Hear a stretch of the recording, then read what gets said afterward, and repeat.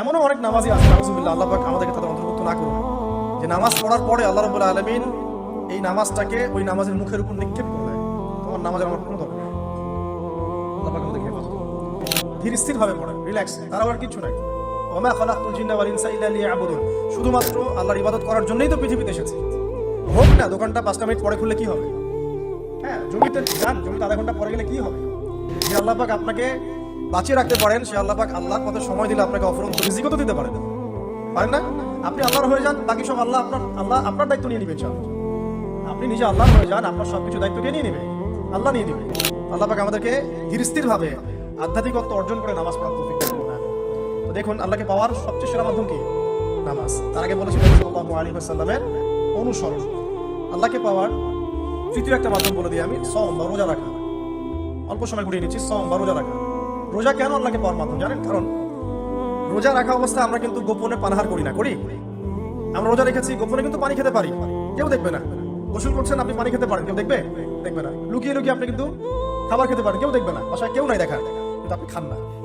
আপনি সবর করেন, সহ্য করেন, একদম সূর্যাস্তের সময় গিয়ে আপনি ইফতার করেন। এই যে কাজটা আপনি কেন করেন? কারণ আপনি ফিল করেন যে আল্লাহ আপনাকে দেখছেন।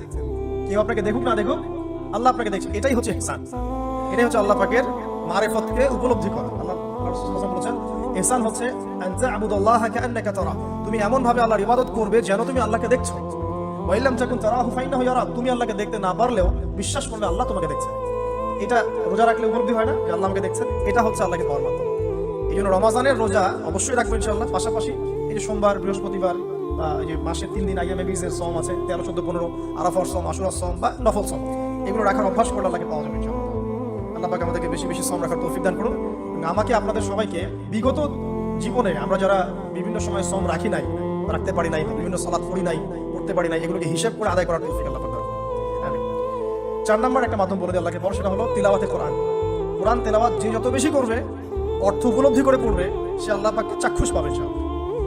মানে আল্লাহ রাব্বুল আলামিন একটা চিঠি দিয়েছেন, মনে করেন আপনাকে, আপনার একজন কথার কথা এক্সাম্পল দিচ্ছি, যে আপনার কোনো একজন বন্ধু আছে অনেক দূরের কোনো দেশে, আপনি তাকে দেখেনও নাই, আপনি তাকে চিনেনও, মানে আপনি তার চেহারা দেখেন নাই, তাকে চিনেন না, তার সাথে যোগাযোগের মাধ্যম হচ্ছে আপনার চিঠি বা মেসেজ, ঠিক আছে? এখন সে আপনাকে কিছু মেসেজ পাঠালো, এই মেসেজের মধ্যে সে কিছু ইনস্ট্রাকশন দিয়েছে যে এইগুলো করতে হবে, এগুলো করতে হবে, বা আপনার প্রতি ভালোবাসার ইজহার করছে।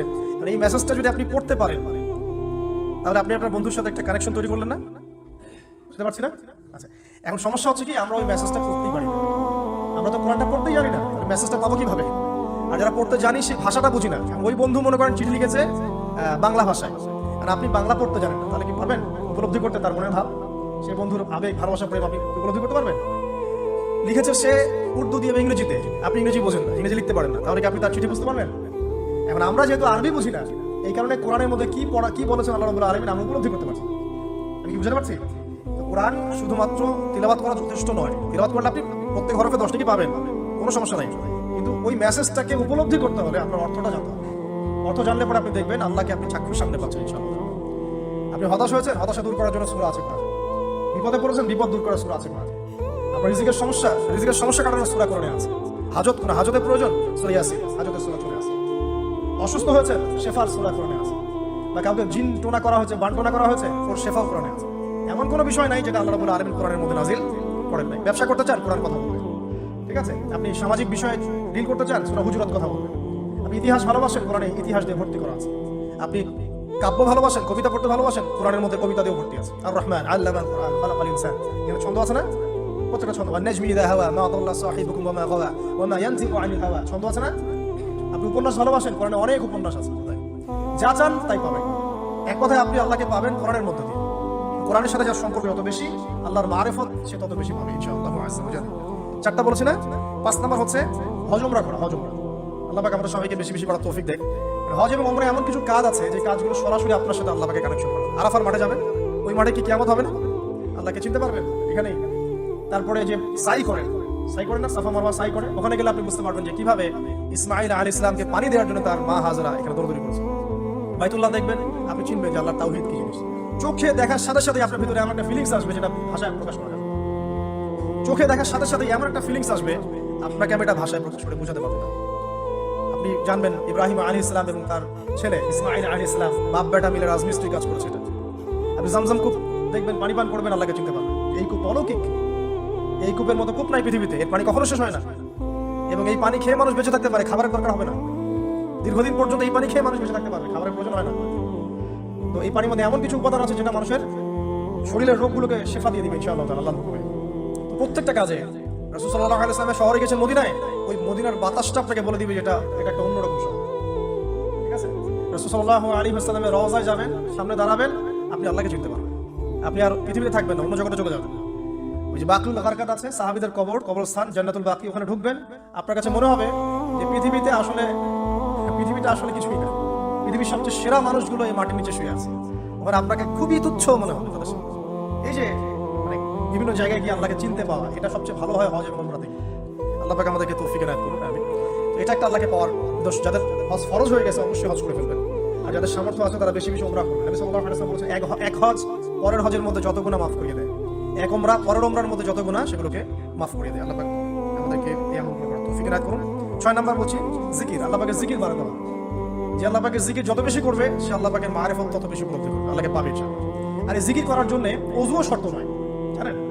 আল্লাহর জিকির করার জন্য কিন্তু ওযু শর্ত নয়। আপনি মনে মনে চলতে ফিরতে অলওয়েজ সুবহানাল্লাহ, আলহামদুলিল্লাহ, আল্লাহু আকবার, লা ইলাহা ইল্লাল্লাহ, আস্তাগফিরুল্লাহ করতে থাকতে পারেন। কষ্ট কিছু আছে? খালি জবান চলবে, খালি জবান চলবে। মাঠে কাজ করছেন, ওই যে লাঙল দিয়ে কাজ করছেন, সেচ দিচ্ছেন, আপনি করতে থাকবেন আস্তাগফিরুল্লাহ ওয়া আতুবু ইলাইহি, লা হাওলা ওয়ালা কুওয়াতা ইল্লা বিল্লাহ, সুবহানাল্লাহ, আলহামদুলিল্লাহ, লা ইলাহা ইল্লাল্লাহ, আল্লাহু আকবার। কোনো সমস্যা? কোনো সমস্যা নেই। রান্না বান্না করছে মেয়েরা, এটা করতে করতে পড়তে পারবে না? গাড়ি ড্রাইভ করছেন, ড্রাইভ করতে করতে আপনি পড়তে পারবেন লা ইলাহা ইল্লাল্লাহ ওয়াহদাহু লা শারীকা লাহু, লাহুল মুলকু ওয়া লাহুল হামদু ওয়া হুয়া আলা কুল্লি শাইইন কাদির। যে কোনো কাজ করতে করতেই ইল্লাল ইস্তিনজা, ইস্তিনজা বাদ দিয়ে। ইস্তিনজা কি জিনিস? প্রস্রাব পায়খানা। এই সময় এগুলো মুখ দিয়ে বলবেন না, দরকার নাই। আপনি এখানে এরপরে যে সময়গুলো আছে এগুলোতে আপনি জিকির বাড়াবেন। যে যত বেশি জিকির করবে তার কলব তত বেশি পরিচ্ছন্ন হবে। যার কলব যত পরিচ্ছন্ন, আল্লাহর নূর তার কলবে তত বেশি আসবে, সে আল্লাহ পাকে তত কাছে পাবে ইনশাআল্লাহ আযজা ওয়া জাল। 7 নাম্বার দোয়া ইস্তেগফার বাড়িয়ে দেন। আল্লাহর কাছে বেশি বেশি দোয়া করতে হবে, দোয়া বাড়িয়ে দেন। দোয়ার জন্য হুজুর ডাকতে হবে না, দোয়ার জন্য আমাকে ডেকে বাসায় খাওয়ানোরও দরকার নেই। দোয়ার জন্য আপনি যথেষ্ট।